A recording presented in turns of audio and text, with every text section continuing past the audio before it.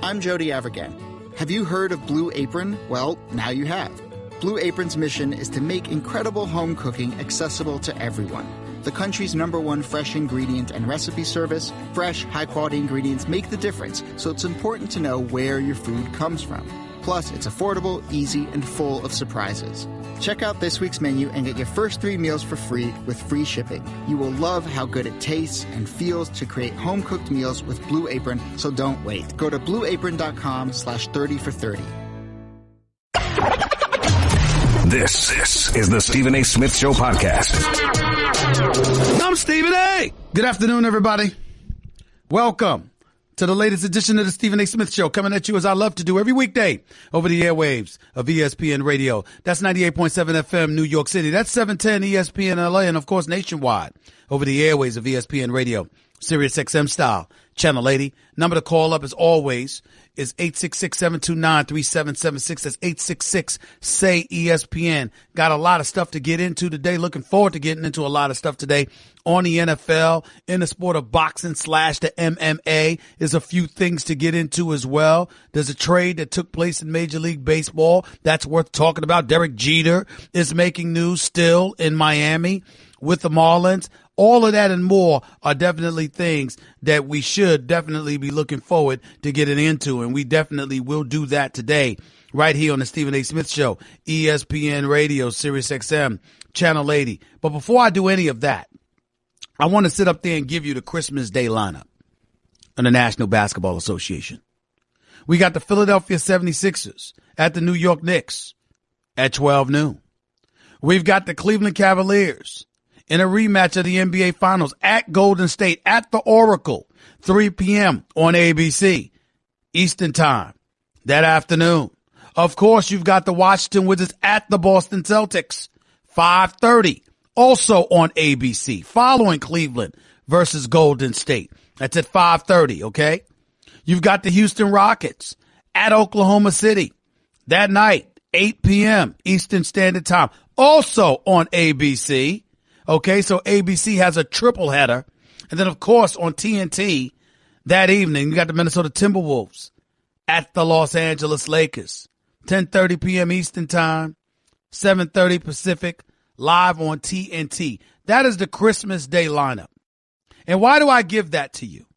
Because one of the biggest stories percolating right now is the fact that Steph Curry essentially has been ruled out for the Christmas Day encounter against the Cleveland Cavaliers. Chances are Kristaps Porzingis won't be available for the New York Knicks in their noon matinee game versus the Philadelphia 76ers. That's the Knicks I'm talking about there. We see guys not playing nationally televised due to injury, not just sitting out and resting like they were doing last year. Fair enough. Injuries are legitimate. Steph Curry is legitimately injured. All of this other stuff. But I got news for you. This notion that somehow, some way, because Steph Curry will not be able to play, that you know what, the game is going to be losing a lot of its luster. I'm going to ask y'all a simple question. Do y'all know basketball? Does it matter to you? Because last time I checked, LeBron James is the best player in the world. Kevin Durant's number 2. You can make an argument that Kawhi Leonard is up there. The Greek Freak is coming. Anthony Davis is no joke, etc. I get all of that. But Kevin Durant is the second best player on the planet. Kevin Durant is the dude that averaged 35.2 points and better than 55% shooting in the NBA Finals, en route to capturing NBA Finals MVP honors. That same dude.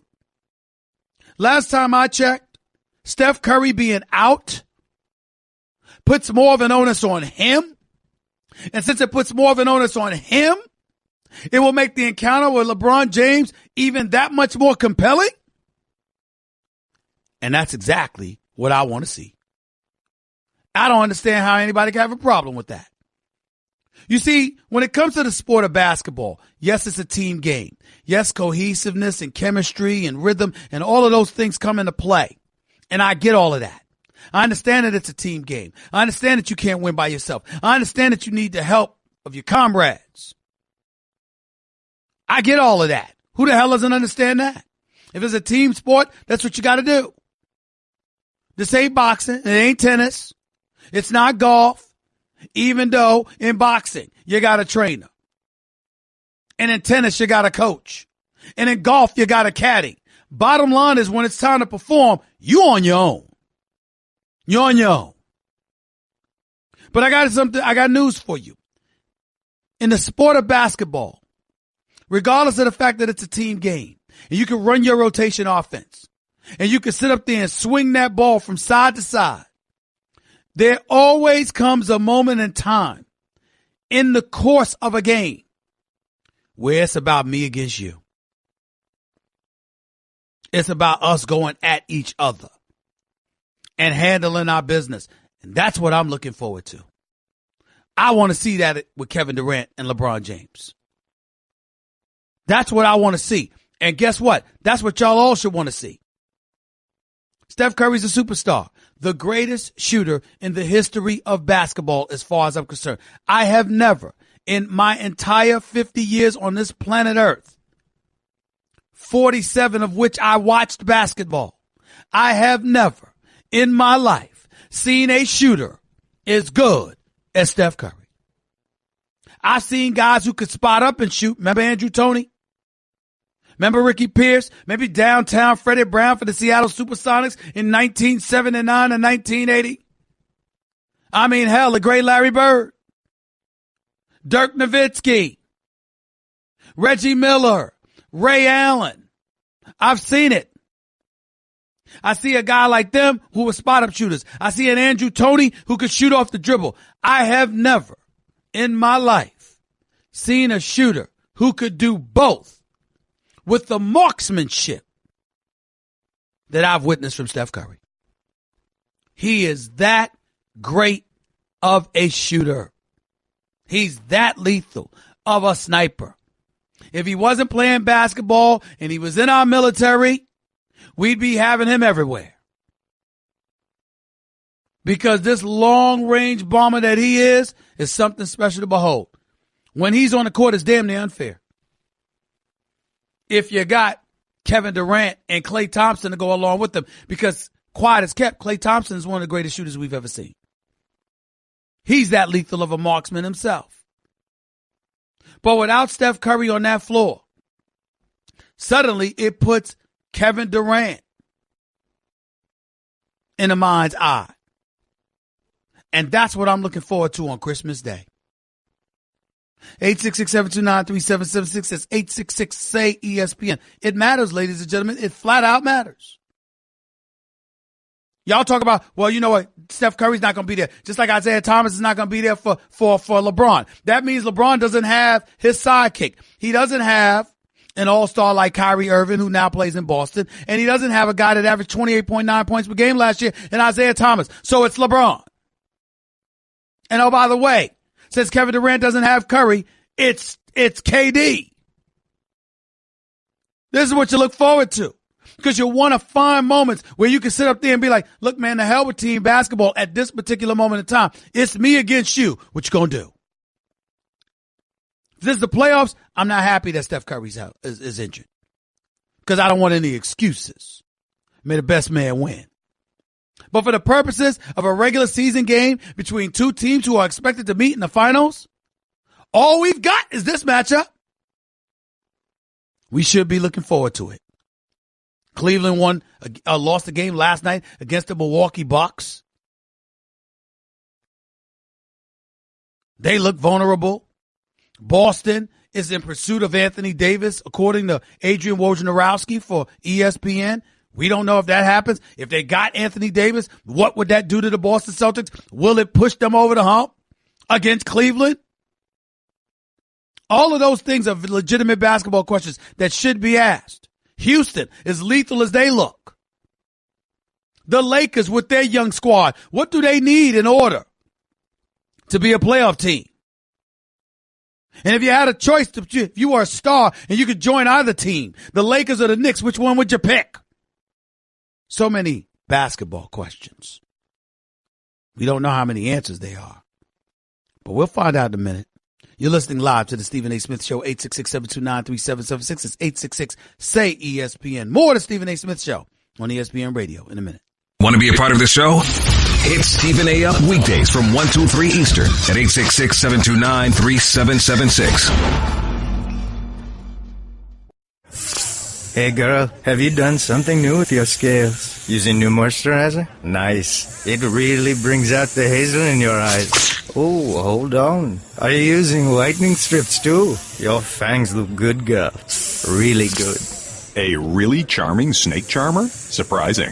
What's not surprising? How much you could save by switching to Geico. Wait, what? Have you been doing Pilates too? Geico. 15 minutes could save you 15% or more. You're listening to the Stephen A. Smith Show podcast.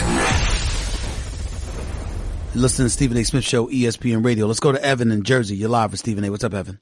Hey, I just want to talk about, the excitement for, Christmas Day games. It's not exactly like playoff atmosphere, but I find with the matchups, the rivalries and, the rematches they give us, that it almost gives a pseudo playoff atmosphere. I just got to say, me and my family, we love it.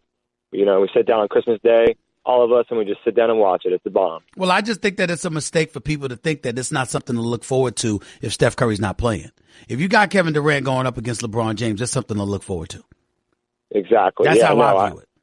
Mm-hmm. No, that's a great matchup. Again, like you said, it's the two best players in the world going at it. And it's like you said, in basketball, there's always those moments where it's just me versus him. And that's some of the best basketball you can ever get, So I'm just excited for that. I just want to call in. Gotcha. Thank you for taking my call, Stephen A. Appreciate it. Have a great day. Easy.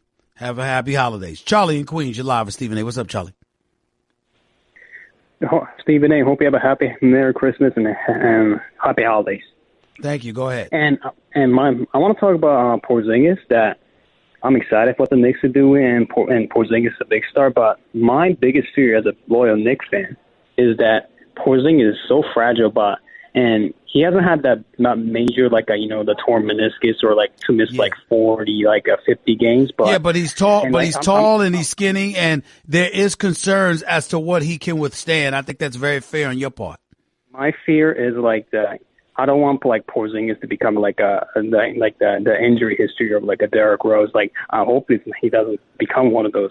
So because it's hard to build around a guy who is so fragile, and I'm hoping he stays healthy and be consistent because he has the world of talent, and there's something to build around. But that is something that is concerning. Yeah, we don't know. We just don't know.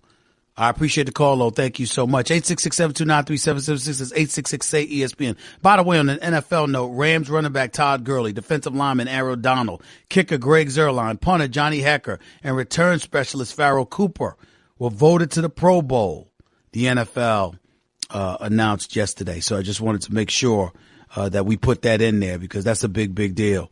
Todd Gurley certainly deserves it. Aaron Donald certainly deserves it. Aaron Donald better get his money. That's all I know.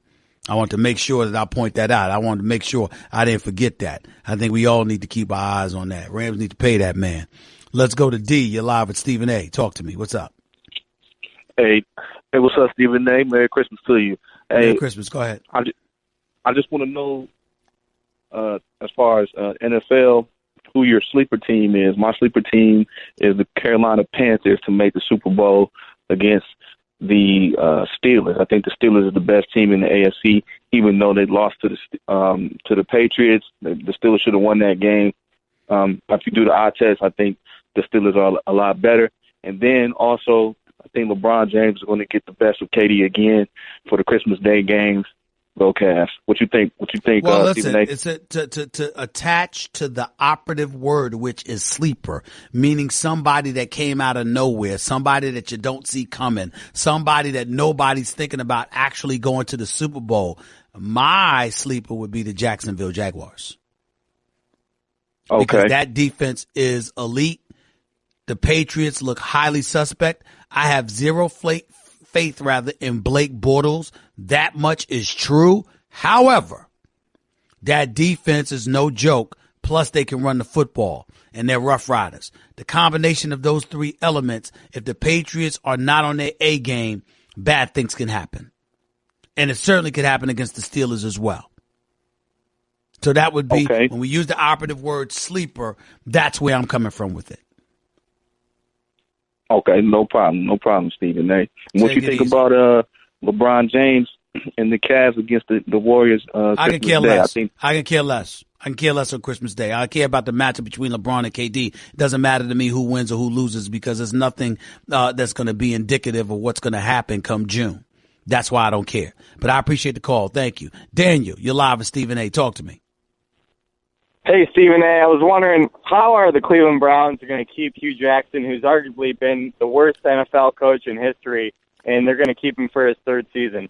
I don't have an answer to that question because I don't think it should happen. And I genuinely like Hugh Jackson as a person. As you well know, I genuinely push for and root for African Americans to succeed in the head coaching ranks, particularly in college football because there's so few of them. 128 Division 1A programs, about 13 head coaches of African American descent when you consider all the African American athletes that are in college football. But I also pride myself in being fair, Daniel. And the reality of the situation is clear. There's a very, very good possibility that once this season ends, Hugh Jackson will be 1-31. Right now, he's won a grand total of 3% of the games that he's coached, which is the lowest percentage for a coach in history. The organization itself, with Sashi Brown, who's now gone, and Dee Podesta, who was a baseball guy, the organization itself has come up short. They've passed on talent. They've passed on Carson Wentz. They've passed on Deshaun Watson. They blew that trade with the backup quarterback McCarron for the Cincinnati Bengals that won a national championship at Alabama, who Hugh Jackson liked when he was the offensive coordinator in Cincinnati. The deal was supposed to be done, but the Cleveland Browns organization didn't turn the paperwork in on time, which is the ultimate embarrassment. All of those things are true, but in the end, you don't get to escape the fact that you have a head coach who may not be at fault for everything that transpired, but damn it, 1-31 is 1-31. And you don't sit up there and tell a city to come out and support you and support your product if the backdrop is returning some of the same old when we witness what has transpired over the last 2 years. Okay? Got it. Thank you, Stephen A. That's where I'm at with it. He's got to go. That's where I'm at with it. And I love Hugh Jackson. Love him as a person. I was rooting for him. And if he were, 3-13 one season and 5-11 another, that would be different. This is epically bad as an organization. And under no circumstances am I blaming just him. But when you're this bad, everyone has to fall. Everyone has to fall. You can't be this bad and people get saved.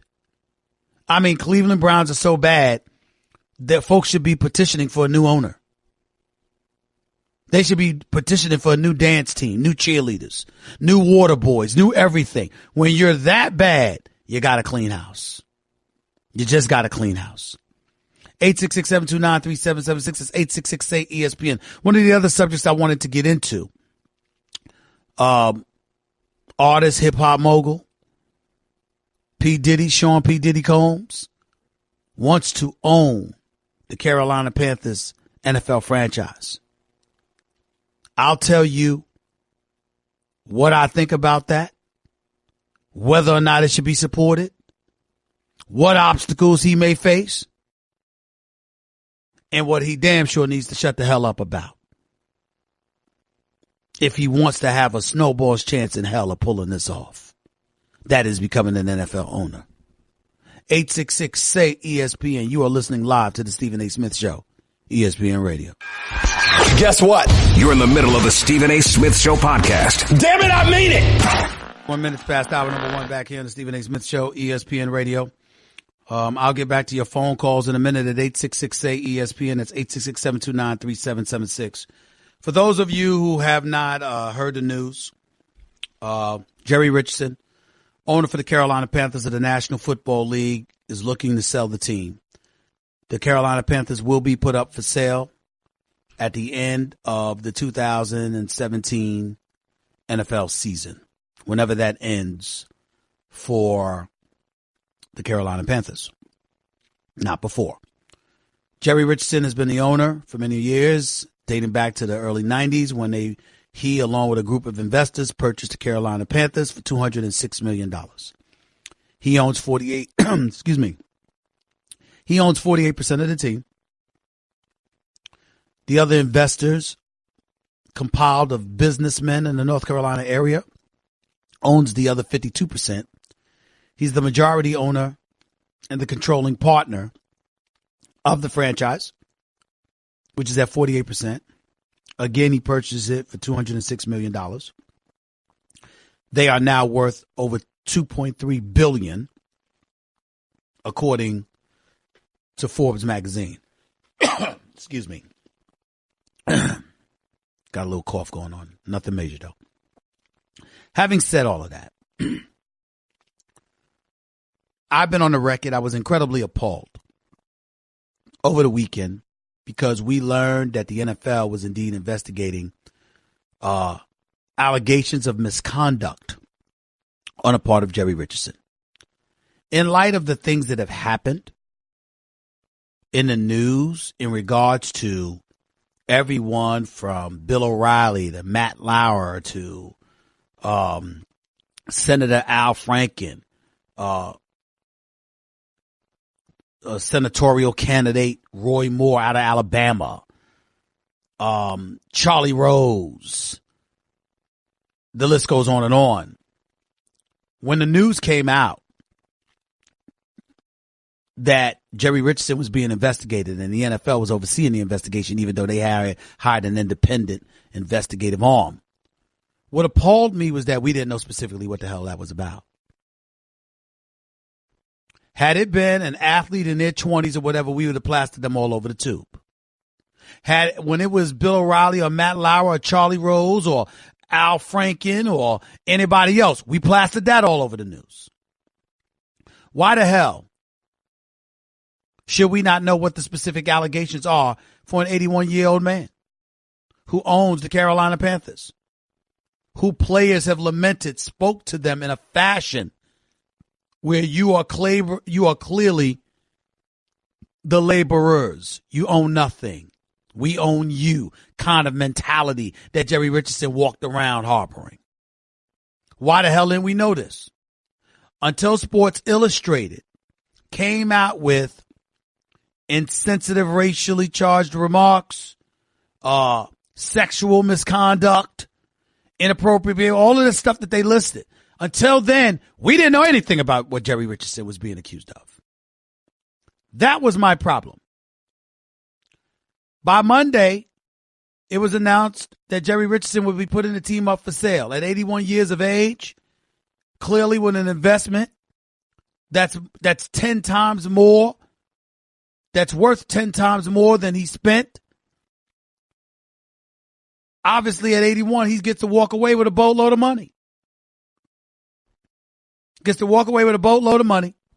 Don't have to deal with the noise. Fair enough. 81 years of age, I understand. And because he's willing to sell a team, suddenly we have folks that are going to be interested in buying an NFL team. I went on air Monday and I said, I sincerely hope everybody recognizes it would be very, very nice if an African-American were to end up being able to buy a team. Why? Because there's no African-American owners in the National Football League. We've got one, a majority owner in the National Basketball Association. His name is Michael Jordan, in the same city, which is Charlotte, North Carolina. It would be nice to see an African-American get that. Have an opportunity to become a part of that good old boys club known as the National Football League owners, board of governors, etc. It would be nice. And from that moment forward, we heard that P. Diddy, Sean P. Diddy Combs, was interested in having an ownership stake in the National Football League. I spoke to him last night. He ain't playing. He's serious about it. He's giving it serious consideration. That's really all I can say about it at this particular moment in time in terms of his viewpoints on it. Here's what I would tell you. Number one, I would love to see P. Diddy have an ownership stake in the National Football League. Don't give me his damn background. Checkered past, assault charges when he attacked Steve Stout, a music mogul, several years back, throwing a chair at him and all of this other stuff. Or he got into some scuffle at a nightclub, or don't give me all of that. I don't want to hear that. That's the past. He's busy promoting products now. He's a law-abiding citizen. Clearly, he's good enough to endorse products, and he clearly has deep enough pockets. He's worth over $820 million, according to Forbes magazine. In terms of hip-hop moguls, the wealthiest of them all the last 6 years has been Sean P. Diddy Combs. Last 6 years and counting. I don't want to hear about the pockets. If you want to throw Jay-Z in the equation where he can partner with somebody, since you've got these white owners that partner with other people, him and Jay-Z alone are worth more than $1.3 billion. Billion. Let's go a step further. They do business with white folks all the time. You can't get some other partners? Yes, they can. So this will come down to their willingness, meaning that of the NFL owners, their willingness to let somebody into that good old boys club. Now, in fairness to those owners, it ain't just a black-white thing. Remember, Donald Trump wanted the Buffalo Bills. They ain't want him in either. Matter of fact, you can blame the NFL owners if you're a cynic and a critic and somebody who abhors the fact that that man is our president of the United States of America. Blame the NFL owners. If you had let him purchase the Buffalo Bills in 2014, he'd have never ran for president. He'd have been satisfied being an owner for the National Football League. He'd have been straight. He wouldn't even thought about it. But because the NFL owners didn't want him into their good old boys club, he said, to hell with it, I'll run for the president, and I'll be damned, he won. Popular vote or no popular vote. So what? He didn't win a popular vote. He won what counted. Electoral college. Period. Shut up about it. The president of the United States through legitimate means.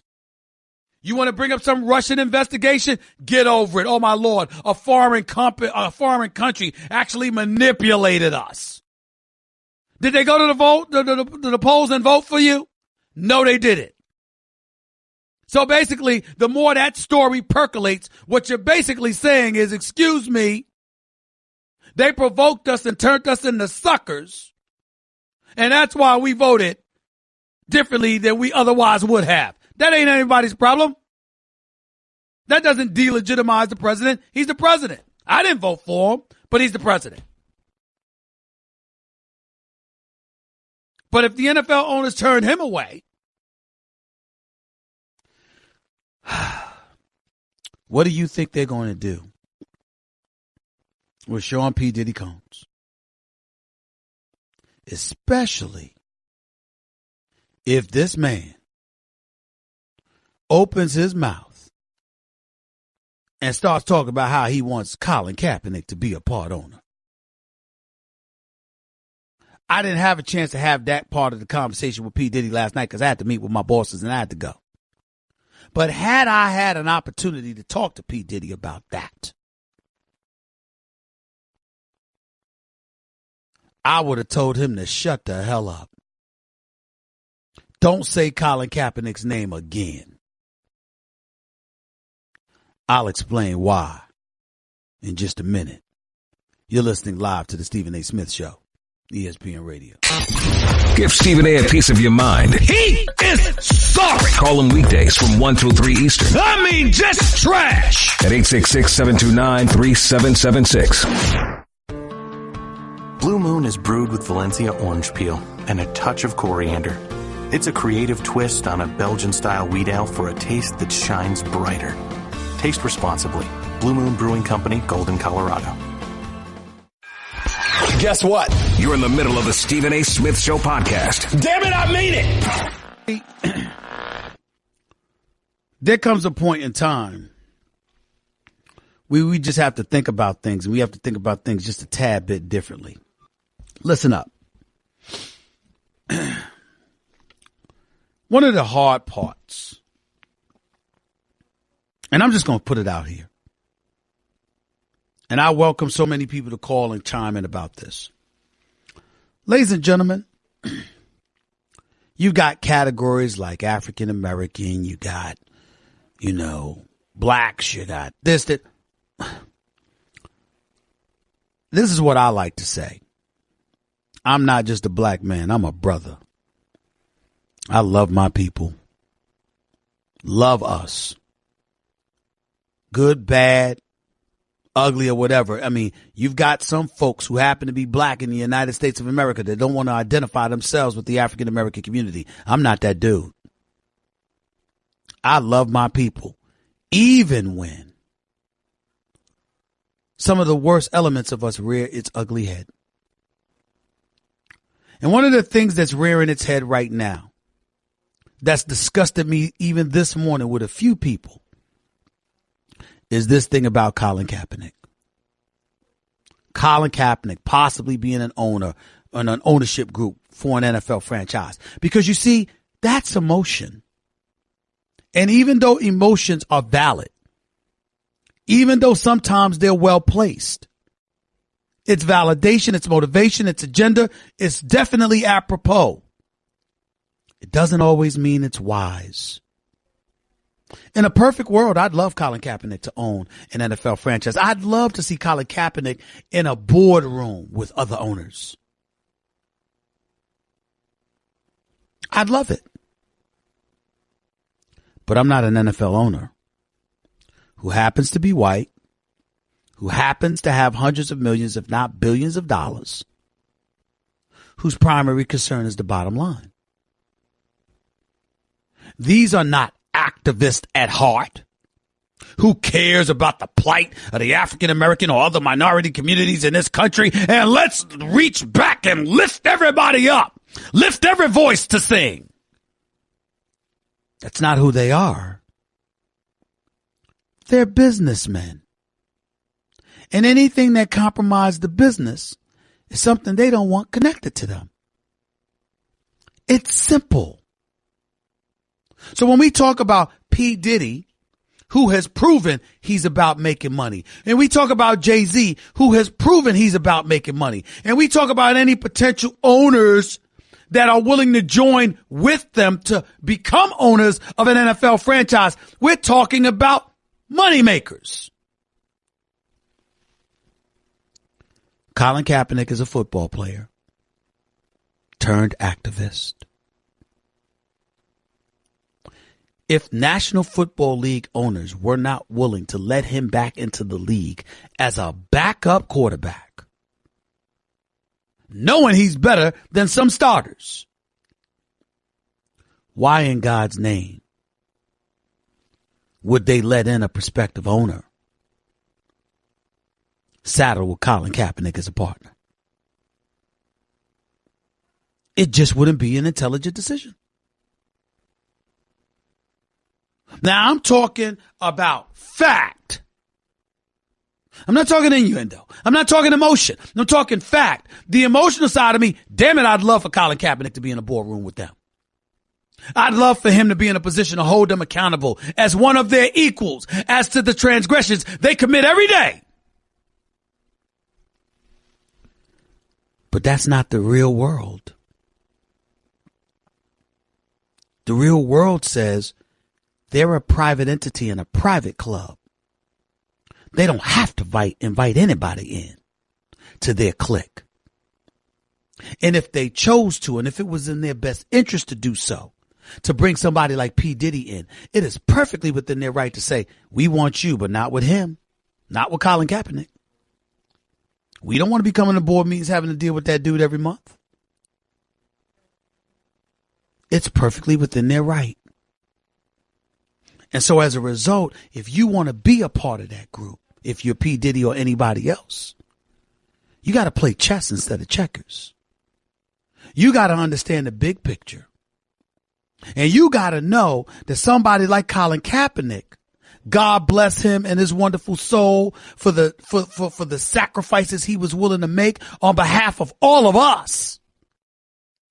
But you still have to know when to put him on pause and to say, okay, you can't be a part of that right now.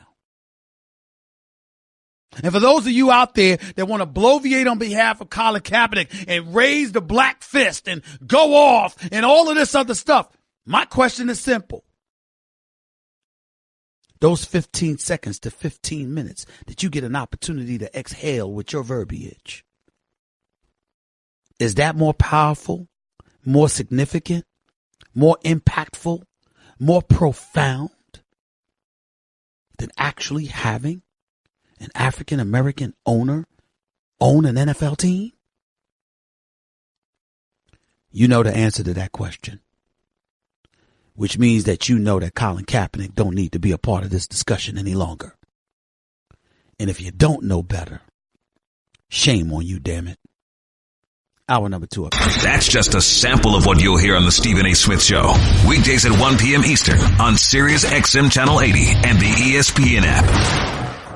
I just saved hundreds of dollars by switching to Geico. I'm so happy, I feel like I can fly. Disclaimer, you will not be able to fly by switching to Geico. This is against the laws of physics and nature. If you find yourself flying, please seek professional and or medical help immediately. In the unlikely event you find yourself flying, you might be a superhero, or a pigeon, or a superhero named Pidgewoman, who was bitten by a radioactive pigeon. If you are indeed Pidgewoman, Geico retains all licensing publishing rights in the event Pidgewoman the movie becomes a top-grossing Hollywood blockbuster. Geico. 15 minutes could save you 15% or more.